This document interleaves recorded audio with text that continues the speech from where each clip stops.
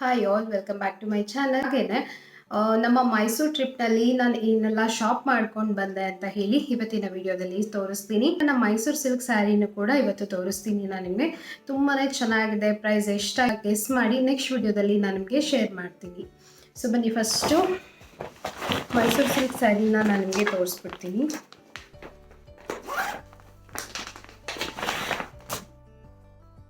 ನೋಡಿ, ನನ್ನ ಒಂದು ಮೈಸೂರು ಸಿಲ್ಕ್ ಸ್ಯಾರಿ ತುಂಬ ಚೆನ್ನಾಗಿದೆ, ತುಂಬ ವೇಟ್ ಇದೆ. ಕಲರ್ ಕಾಂಬಿನೇಷನ್ ಅಂತೂ ತುಂಬ ಚೆನ್ನಾಗಿದೆ. ನಿಮ್ಗೆ ವಿಡಿಯೋನಲ್ಲಿ ಪ್ರಾಪರಾಗಿ ಎಕ್ಸಾಕ್ಟ್ ಕಲರ್ ಕಾಣಿಸಲ್ಲ ಅಂತ ಅನ್ಕೊತೀನಿ. ನೋಡಿ, ಈ ಥರ ಪಿಂಕ್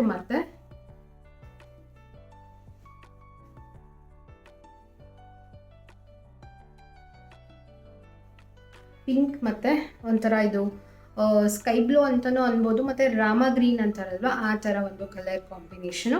ಓಪನ್ ಮಾಡಿ ತೋರಿಸ್ತೀನಿ ಬನ್ನಿ ಯಾವ ರೀತಿ ಆಗಿದೆ ಅಂತ ಹೇಳಿ ನೋಡೋಣ. ತುಂಬಾ ಸಖತ್ತಾಗಿದೆ, ಕಲರ್ ಕಾಂಬಿನೇಷನ್ ತುಂಬ ಇಷ್ಟ ಆಯಿತು ನನಗೆ. ವಿಡಿಯೋಗಿಂತ ಎಕ್ಸಾಕ್ಟಾಗಿ ನೋಡೋದಕ್ಕೆ ಸಾರಿ ಯಾವ ಥರ ಇದೆ ಮತ್ತು ಹೇಗೆ ಲುಕ್ ಡಿಸೈನ್ ಮತ್ತೆಲ್ಲ ಒರಿಜಿನಲ್ ಆಗಿ ನೋಡಿದ್ರೇ ಗೊತ್ತಾಗುತ್ತೆ.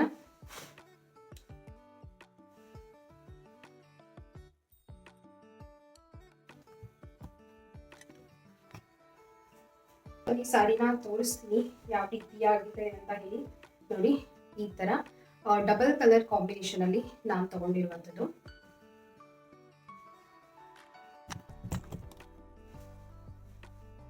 ನೋಡಿ, ಈ ಥರ ಬರುತ್ತೆ. ಸಾರಿ ಬಾರ್ಡರ್ ಅಷ್ಟೇ ತುಂಬಾ ಚೆನ್ನಾಗಿದೆ. ಒಂಥರ ಇದು ನಿಮಗೆ ಎಕ್ಸಾಕ್ಟ್ ವಿಡಿಯೋನಲ್ಲಿ ಪ್ರಾಪರ್ ಆಗಿ ಕಲರ್ ಕಾಣಿಸ್ತಿಲ್ಲ. ಪಿಂಕ್ ಇದೆ, ಬಟ್ ನಿಮಗೆ ವಿಡಿಯೋನಲ್ಲಿ ಸ್ವಲ್ಪ ರೆಡ್ ಅಂತ ಅನಿಸ್ತಿದೆ ನೋಡೋದಕ್ಕೆ. ಪಿಂಕ್ ಮತ್ತೆ ಸ್ಕೈ ಬ್ಲೂ ಕಾಂಬಿನೇಷನು ತುಂಬ ಚೆನ್ನಾಗಿದೆ.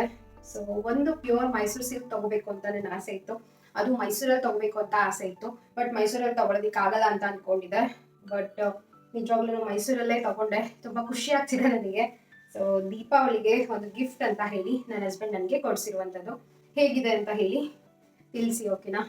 ಸೊ ತುಂಬಾ ಸಖತ್ತಾಗಿದೆ ಸ್ಯಾರಿ. ಎಷ್ಟು ಸಾಫ್ಟ್ ಅಂತ ಅಂದರೆ ಇದು ವೇರ್ ಮಾಡಿದಾಗಲೇ ಗೊತ್ತಾಗುತ್ತೆ ನಮಗೆ. ಒರಿಜಿನಲ್ ಮೈಸೂರು ಸಿಲ್ಕ್ ಕ್ರೇಪು ಇದೆ ನನ್ನ ಹತ್ರ, 2000 ನಾರ್ಮಲ್ ಕ್ರೇಪ್ ಸಾರಿನೂ ಇದೆ. ಸೊ ಅದ್ರ ಫೀಲು ಮತ್ತು ಇದ್ರ ಫೀಲ್ ಎರಡೂ ಗೊತ್ತಾಗುತ್ತೆ ನಮಗೆ. ಸೊ ಯಾವ ಥರ ಅನ್ಸುತ್ತೆ ಅಂತ ಹೇಳಿ. ಸೊ ತುಂಬ ಚೆನ್ನಾಗಿದೆ. ಹೇಗೆ ಅನಿಸ್ತು ಸ್ಯಾರಿ ಅಂತ ಹೇಳಿ ತಿಳಿಸಿ. ನನ್ನ ತಂಗಿ ಮದುವೆ ಟೈಮಲ್ಲಿ ಬರುತ್ತೆ ಅಂತ ಹೇಳಿ ಅಂದ್ಕೊಂಡಿದ್ದೀನಿ. ಸ್ಟಿಚ್ ಮಾಡಿಸ್ತೀನಿ ಅಂತ ಹೇಳಿ ನಾನು ನಿಮಗೆ ತೋರಿಸ್ತೀನಿ. ಕಲರ್ ಇದ್ರೊಳಗೂ ಇದೊಂಥರ ಪಿಂಕಿಶ್ ಕಾಣುತ್ತೆ.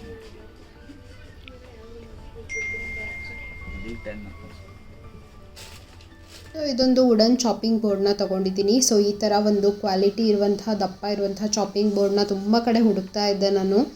ಸೊ ಎಲ್ಲೂ ಕೂಡ ಸಿಕ್ಕಿಲ್ಲ. ಆನ್ಲೈನಲ್ಲಿ ಕೂಡ ತರಿಸಿದ್ದೀನಿ. ಕ್ವಾಲಿಟಿ ಅಷ್ಟೊಂದು ಏನು ಚೆನ್ನಾಗಿಲ್ಲ. ನೀರು ಹಾಕಿದ ತಕ್ಷಣ, ವಾಶ್ ಮಾಡಿದ ತಕ್ಷಣ ಕಟ್ಟಿಗೆ ಎಲ್ಲ ಸಾಫ್ಟ್ ಆಗಿಬಿಡುತ್ತೆ. ಸೊ ಹಾಗಾಗಿ ನಾನು ಹುಡುಕ್ತಾ ಇದ್ದೆ ಚೆನ್ನಾಗಿರೋ ಕ್ವಾಲಿಟಿದು ಬೇಕು ಅಂತ ಹೇಳಿ. ಸೊ ಇದು ಕರೆಕ್ಟ್ ನಾನು ಹೆಂಗೆ ಬೇಕು ಅಂತ ಇದ್ದೋ ಅದೇ ಥರ ಸಿಕ್ತು. ತುಂಬ ಚೆನ್ನಾಗಿದೆ, ಕ್ವಾಲಿಟಿ ಹೆವಿ ಇದೆ. ಸೊ ಕಟ್ ಮಾಡೋದಕ್ಕೆಲ್ಲ ತುಂಬ ಚೆನ್ನಾಗಿ ಅನಿಸುತ್ತೆ. ಪ್ರೈಸು 500 ನಾನು ಇದಕ್ಕೆ ಕೊಟ್ಟಿರೋದು. ವರ್ತ್ ಅಂತ ಅನ್ನಿಸ್ತು ನನಗೆ. 450 ಮಾಡಿ ನನಗೆ ಈ ಒಂದು ಚಾಪಿಂಗ್ ಬೋರ್ಡ್ನ ಅವ್ರು ಕೊಟ್ಟರು. ತುಂಬ ಚೆನ್ನಾಗಿದೆ, ಕ್ವಾಲಿಟಿ ಮಾತ್ರ ವರ್ತ್. ನಾವು 450 ಕೊಟ್ಟರು ಕೂಡ ವರ್ತ್ ಅಂತ ಅನ್ನಿಸ್ತು ನನಗೆ. ಸೊ ಹಾಗೇ ಒಂದು ವುಡನ್ ಕೋಮ್ನ ತೊಗೊಂಡೆ. ಚೆನ್ನಾಗಿ ಅನಿಸುತ್ತೆ ಬಾಚ್ಕೊಳ್ಳೋದಕ್ಕೆ ಅಂತ ಹೇಳಿ. ಹಾಗೆ ಪುಟಾಣಿದೊಂದು ಕುಟಾಣಿನ ತೊಗೊಂಡೆ. ಸೊ ಇಷ್ಟೇ, ಜಾಸ್ತಿ ಏನು ಶಾಪ್ ಮಾಡಿಲ್ಲ. ಹಾಗೆ ಅಲ್ಲಿ ಮಾಲ್ ಹತ್ರ ಹೋಗಿದ್ವಿ ಅಲ್ವಾ, ಸೊ ಅಲ್ಲೂ ಕೂಡ ನಾವು ಒಂದು ಬ್ಲ್ಯಾಂಕೆಟ್ನ ತೊಗೊಂಡೆ. ನಾನೊಂದು, ಮಮ್ಮಿ ಒಂದು ಬ್ಲ್ಯಾಂಕೆಟ್ನ ತೊಗೊಂಡ್ವಿ. ಚೆನ್ನಾಗಿದೆ ಇದು ಕೂಡ ಅಷ್ಟೇ. ಬೆಡ್ ಸ್ಪ್ರೆಡ್ ಆಗಿನೂ ಕೂಡ ಯೂಸ್ ಮಾಡ್ಕೋಬೋದು ನೀವು, ಬ್ಲ್ಯಾಂಕೆಟ್ ಆಗಿನೂ ಕೂಡ ಯೂಸ್ ಮಾಡ್ಕೋಬೋದು. ಚೆನ್ನಾಗಿರುತ್ತೆ. ಚಳಿಗಾಲದಲ್ಲೆಲ್ಲ ಹೊಚ್ಕೊಳ್ಳೋದಕ್ಕೆ ಚೆನ್ನಾಗಿರುತ್ತೆ. ತುಂಬ ಒಂಥರ ದಪ್ಪ ಇದೆ, ಕೂಲಾಗಿದೆ, ಮತ್ತು ಹಾಟ್ ಅಂದರೆ ಬಿಸಿ ಅಂತ ಅನಿಸೋದಿಲ್ಲ, ಕೂಲ್ ಅಂತ ಅನಿಸುತ್ತೆ ಇದನ್ನು ಯೂಸ್ ಮಾಡಿದಾಗ. ಸೊ ತುಂಬ ಚೆನ್ನಾಗಿದೆ. ಇದನ್ನು 2 ಸೈಡ್ ಕೂಡ ಯೂಸ್ ಮಾಡ್ಕೋಬೋದು. ಸೊ ಈ ಥರ ಇಷ್ಟೇ, ಜಾಸ್ತಿ ಏನು ಶಾಪ್ ಮಾಡ್ಕೊಂಡಿಲ್ಲ, ಬಿಕಾಸ್ ಟೈಮೇ ಸಿಕ್ಕಿಲ್ಲ ನಮಗೆಲ್ಲೂ ಹೋಗೋದಕ್ಕೆ. ಸೊ ಇಷ್ಟೇ ನಾನು ಶಾಪ್ ಮಾಡ್ಕೊಂಡು ಬಂದಿರೋದು ಮೈಸೂರು ಟ್ರಿಪ್ನಲ್ಲಿ. ಎಲ್ಲ ವ್ಲಾಗ್ಸು ಅಷ್ಟೇ ಸಂಡೇ ಎಡಿಟ್ ಮಾಡಿ ಹಾಕ್ತಾ ಇದ್ದೀನಿ, ಟೈಮ್ ಸಿಗ್ತಾ ಇಲ್ಲ ನನಗೆ. ಸೊ ಹಂಗಾಗಿ ಸಂಡೇ ಬೆಳಿಗ್ಗೆನೇ ಬ್ರೇಕ್ಫಾಸ್ಟ್ ಅಂತ ಹೇಳಿ ಇವತ್ತು ರೊಟ್ಟಿನ ಮಾಡ್ಕೊಂಡಿದ್ದೆ.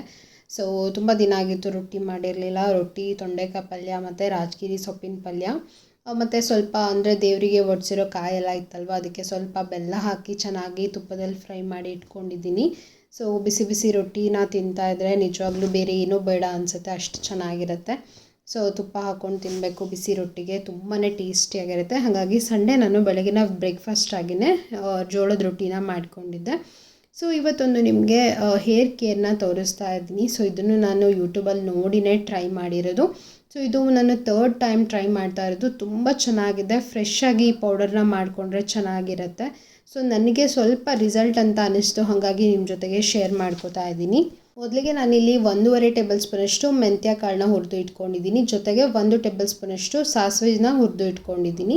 ಎರಡನ್ನೂ ಕೂಡ ಲೈಟಾಗಿ ಫ್ರೈ ಮಾಡಿ ಇಟ್ಕೊಂಡಿದ್ದೀನಿ. ನೆಕ್ಸ್ಟ್ ನೋಡಿ ಅದೇ ಕಡಾಯಲ್ಲಿ ಸ್ವಲ್ಪ ಕರಿಬೇವನ್ನ ಹಾಕ್ಕೊಂಡು ಚೆನ್ನಾಗಿ ಫ್ರೈ ಮಾಡ್ಕೋತಾ ಇದ್ದೀನಿ.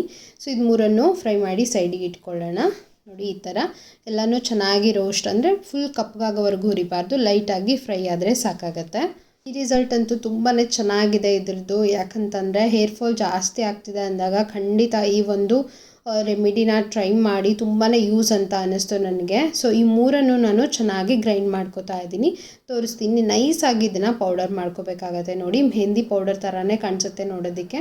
ಸೊ ಈ ಥರ ನೈಸಾಗಿ ಇದನ್ನು ಫ್ರೈ ಮಾಡ್ಕೊಳ್ಳೋಣ. ಸೊ ನೀವು ಅಕ್ಕಿ ತೊಳೆದಿರುವಂತಹ ನೀರಲ್ಲಿ ಇದನ್ನು ಮಿಕ್ಸ್ ಮಾಡಿಕೊಂಡು ಕೂಡ ಹಚ್ಕೋಬೋದು, ಇಲ್ಲಾಂದರೆ ನಾರ್ಮಲ್ ನೀರಲ್ಲೂ ಕೂಡ ಮಿಕ್ಸ್ ಮಾಡಿ ಹಚ್ಕೋಬೋದು.